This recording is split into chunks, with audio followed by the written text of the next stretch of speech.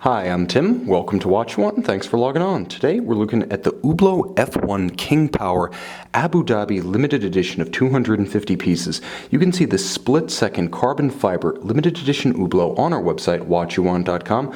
Purchase it there, and if you enjoy these videos, please subscribe to our YouTube channel, Watch You Want Inc. You can also click on the card in the upper right-hand corner of the video at any time to see our full listing for this watch with accessories included, high-res images, and of course, complete pricing information. Now, on my wrist, 6 1/3 inches, 16 centimeters in circumference, you can see that the King Power truly is built on a different scale. Bigger even than the Big Bang, the 48mm measurement is only across the round of the case, and as you can see, more of a cushion than any other shape. There really is no round, so the watch wears large even for a 48. Now from lug to lug, it is an immense 60mm between extremities, and in terms of thickness, the watch is no less than 18mm thick, so this is not going to fit under any kind of formal cuff or dress sleeve. However, the watch does wear easily on the wrist. That's to say, this watch lets you decide whether you like the style or not. Unless your wrist is substantially smaller than 15 centimeters in circumference, the watch simply isn't going to be unwieldy as it's worn. The combination of rubber, carbon fiber, ceramic, and titanium makes it very, very light for a timepiece of this size, and Hublot is very good at making the oversized watch fit on the normal sized wrist, and you can see why that is. The lugs turn down sharply before the case even ends, so it's easy to pull this one around the curvature of a smaller wrist because, in large part, the watch already meets you halfway with its shape. So Hublot really is the master of getting the oversized watch to fit on the human wrist. The style will decide whether or not this watch is for you or otherwise. But I will say that everything is beautifully rendered on this Formula One limited edition from 2011.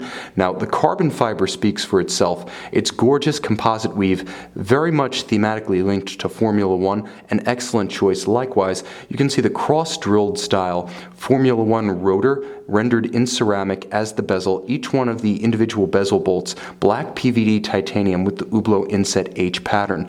Now the strap, wonderfully supple, continues the theme of aqua blue. Now, the look here is perhaps a little bit more green, but the idea is to be evocative of the Yas Marina circuit for the Abu Dhabi F1. Now, Abu Dhabi F1 is a relatively new invention, so Hublot has taken a rather adventurous approach to portraying an Abu Dhabi edition watch, fully skeletonized with color-keyed dial, a combination of hornback alligator leather and natural vulcanized rubber on the strap.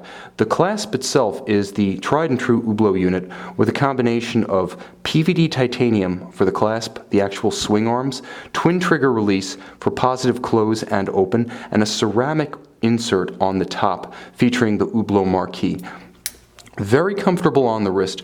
The combination of leather and rubber gives way to a case that's made of resin composite inserts on its flank, carbon on its top and bottom members, obviously ceramic and titanium across its bezel. There's a layer of sapphire, and then the inner case, often an overlooked component of Hublot, and the reason why the underside of the lugs often says titanium, is in fact rendered in titanium.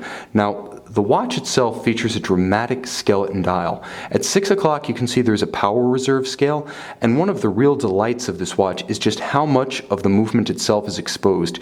You can see, as I wind the watch, look at 5 o'clock, you can actually see the mechanism that governs the power reserve driving it towards a full indication. Now, another nice feature, the Rattrapant split-second chronograph features a visible dial-side column wheel, so you can actually see the interaction of the levers and the column wheel that govern the split-seconds hand. Now, this is the perfect complication for motorsports, inasmuch as it allows you to discern the difference between two cars per lap. So, if the first hand is stopped when the first car completes a lap, the second hand is stopped when the second car completes a lap.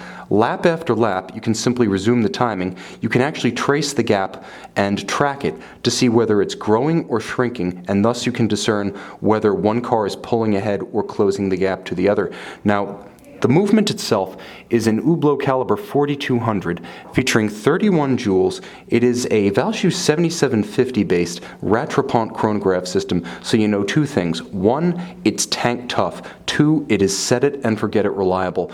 Unidirectional automatic winding, very highly efficient. You can see it uses Hublot's black PVD tungsten-based winding mass with skeletonization so that although conventional winding rotors often obscure the view of the movement, this one's just a little bit more permissive. So in general, you can see that nicely finished 4200. Now it is an industrial finish. This is not a hand-finished movement, but it's workmanlike, handsome, and appropriate to the technical aesthetic of this model. Now it also features critical underlying refinements. From the 7750, you do get hacking, so when you pull the crown, you stop the balance, and you permit precise synchronization to a known accurate reference time, quite apropos for a race-themed watch. The watch also features 100-meter water resistance, so if you were to put this one on full textile or rubber, it would be more than just a driver's watch. It would be a borderline diver's watch. 100-meter water resistant, split-second chronograph, automatic winding, and an entire shall we say, mechanics locker versus